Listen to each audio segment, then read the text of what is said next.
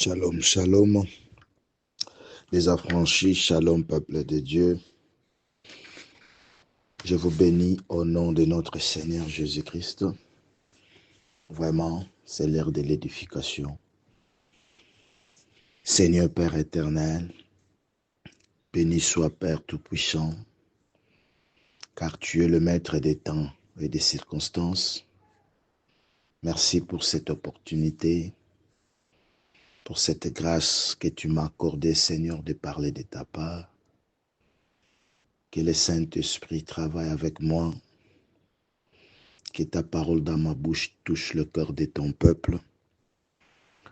Au nom de Jésus-Christ, j'ai ainsi prié. Amen.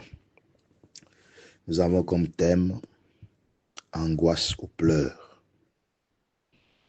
Angoisse ou pleurs. Donc les pleurs sont une expression de souffrance intérieure ou douleur. Cette manifestation peut varier d'une personne à une autre. Selon l'âge, par exemple, les enfants pleurent facilement que les grandes personnes, mais aussi du tempérament, parce que suivant les motivés de chacun, certaines personnes extériorisent leurs douleurs plus que d'autres. Mais au-delà de cette simple expression, c'est ce que l'homme ressent parce qu'il vit qui est le plus important. C'est pourquoi, nous disons que les pleurs sont des difficultés ou des situations qui s'imposent à nous malgré notre vouloir ou pouvoir.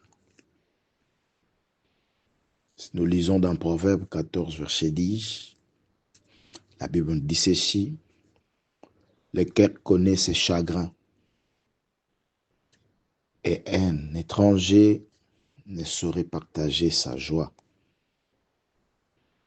Donc le cœur connaît ses amertumes et un étranger ne saurait partager sa joie. Oui, les plus grandes douleurs sont celles qui sont silencieuses. Il y a des douleurs qui sont silencieuses. Mais c'est confier et partager ces peines est déjà un remède au problème. Et cela à double titre. J'ai dit que les plus grandes douleurs sont celles qui sont silencieuses. Mais c'est confier ou partager ces peines est déjà un remède au problème et cela à double titre. L'homme est soulagé en se défoulant lorsqu'on partage sa souffrance avec les autres. Là, on ne peut pas toujours voir, on ne faut pas dire le secret. Non, il y a des douleurs qu'on doit partager avec les autres. Parce qu'en ne le faisant pas, on prolonge ses souffrances.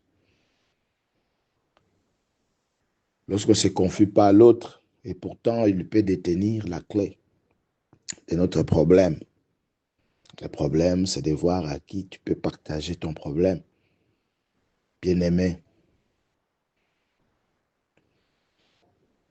ne l'attendez pas ainsi parce que même en prison, on a un Joseph pour éclairer les chansons. Même les chansons étaient éclairées par Joseph s'il n'avait pas partagé les songes qu'il avait. Comment est-ce que Joseph devait savoir que celui-ci avait des douleurs silencieuses? Parfois, nous devons partager parce que l'autre peut détenir la clé de notre problème. Donc, admettre qu'on pleure et on ouvre les yeux pour considérer sa situation. Et cette attitude que nous voulons, car elle nous introduira déjà dans un traitement par rapport à nos pleurs. En partant des pleurs, nous voulons mettre en évidence notre sujet en séparant les mauvais pleurs, c'est-à-dire c'est causé par notre propre chef, et le pleur que nous appelons naturellement ou naturel parce qu'ils ne peuvent être évités. Donc il y a des pleurs qui peuvent être causés par notre propre chef, par nous-mêmes, et des pleurs que nous appelons naturels parce que, vouloir ou pas, ça doit venir. Dans 1 Pierre 2, verset 20, la Bible dit ceci: en effet, quelle gloire y a-t-il à supporter des mauvais traitements pour avoir commis des fautes? Mais si vous supportez la souffrance lorsque vous faites ce qui est bien, c'est une grâce devant Dieu. Donc on peut souffrir en faisant ce qui est mauvais. On peut aussi souffrir en faisant de bonnes choses. Mais si nous supportons, on fait ce qui est bien, c'est une grâce devant Dieu. Nous voyons dans Genèse 47, verset 9, Pharaon dit à Jacob: quel est le nombre des jours, des années de ta vie? Jacob répondit à Pharaon: les jours des années de mon pèlerinage sont de 130 ans. Les jours des années de ma vie ont été peu nombreux et mauvais, et ils n'ont point atteint les jours des années de la vie de mes pères durant leur pèlerinage. Durant leur pèlerinage. Ici, nous écartons de notre réflexion le pleur causé par nos fautes, parce que ce n'est pas une gloire. Donc, le pleur causé par nos fautes n'est pas une gloire. La volonté de Dieu, comme Jacob attesta sa longue vie de pleurs auprès de Pharaon. Et pourquoi? Parce que Jacob avait porté une identité autre que la sienne. Au devant de son père, il s'est fait passer pour Ésaü. Comme plusieurs qui s'arrangent une autorité qui peut être aussi sacerdotale, que Dieu ne leur n'a pas octroyée. Ils oublient qu'ils peuvent continuer avec ces titres, mais ils manqueront l'onction pour affronter les démons, les réalités. Tu peux te côtoyer, tu peux t'octroyer l'autorité, ou bien tu te dis tu es chrétien. Devant ton père, tu es Ésaü en soi, or que tu es Jacob. On s'est fait pour des enfants de Dieu, tandis qu'on est encore des prostituées, des escrocs, des aventuriers.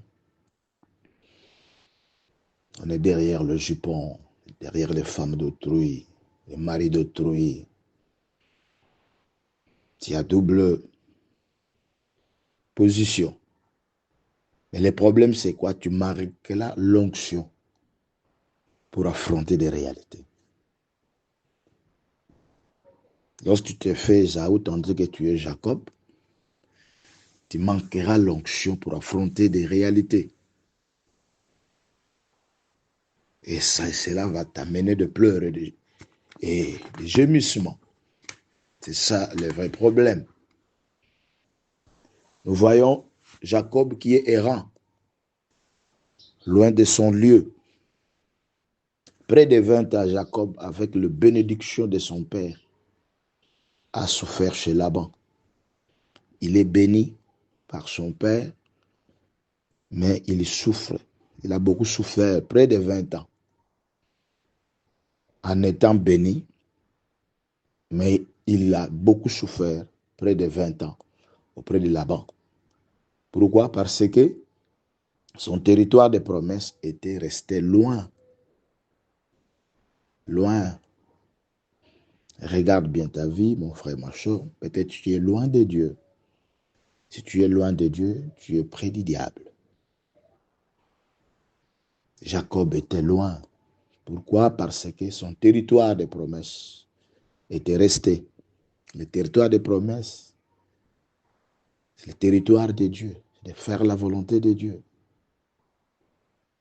Et rester là où Dieu te connaît. Et c'est de notre faute si nous souffrons parce qu'on n'est pas là où Dieu nous attend. Dieu t'attend pour que tu puisses le servir, pour que tu puisses soutenir l'œuvre de Dieu, soutenir les hommes de Dieu, soutenir les orphelins. Mais toi, ton argent, peut-être, c'est pour faire des aventures. Tu fais ce que tu veux et non ce que Dieu veut que tu puisses faire. Car la prophétie qui doit s'accomplir, attend que nous soyons à notre poste. On doit être à notre poste. Regarde bien, est-ce que tu es? Tu es dans ton poste? Bien, tu es errant avec ta bénédiction. Tu es béni. Tu peux être béni, mais en souffrant avec ta bénédiction, comme Jacob, qui était béni, mais il a souffert pendant 20 ans avec la bénédiction de son père auprès de Laban. Pourquoi? Parce qu'il était loin de la volonté de Dieu. Soyez dans notre territoire. Faisons ce qui est bon. Soyons là où Dieu veut que nous soyons. Soyons à notre poste, mon frère, ma soeur, et cela va nous apporter de merveilles. C'est pourquoi la Bible nous dit qu'il y a un temps pour toutes choses. Un temps pour toutes choses sous les cieux. Un temps pour naître, un temps pour mourir, un temps pour planter, un temps pour arracher ce qui a été planté, un temps pour tuer, un temps pour guérir, un temps pour abattre, un temps pour bâtir, un temps pour pleurer, un temps pour rire, un temps pour se lamenter, un temps pour pleurer, un temps pour rire. Dieu veut que nous puissions nous voir rire. C'est ça la volonté de Dieu. Pour qu'il y ait sourire, nous devons rester dans notre poste, faire ce qui est bien. Si nous le faisons, il y a de pleurs, ça sera une grâce pour nous. Donc, mon frère, ma soeur, qu'est-ce qui te fait pleurer? Et c'est la volonté de Dieu,